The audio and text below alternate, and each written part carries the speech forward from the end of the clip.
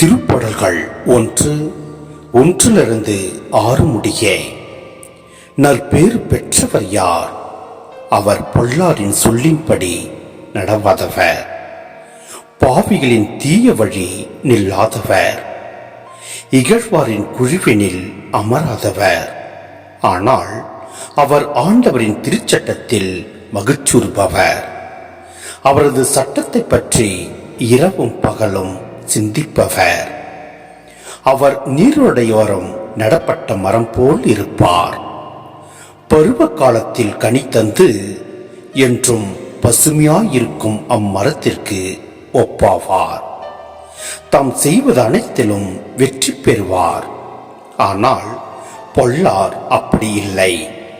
அவர்கள் காற்று அடித்து செல்லும் பதரை போல் ஆவர். பொல்லார் நீதி தீர்ப்பின் போது நிலை நிற்க மாட்டார். பாவிகள் நேர்மையாளரின் மன்றத்தில் இடம்பெறார். நேர்மையாளரின் நெறியை ஆண்டவர் கருத்தில் கொள்வார். பொல்லாரின் வழியோ அழிவைத் தரும்.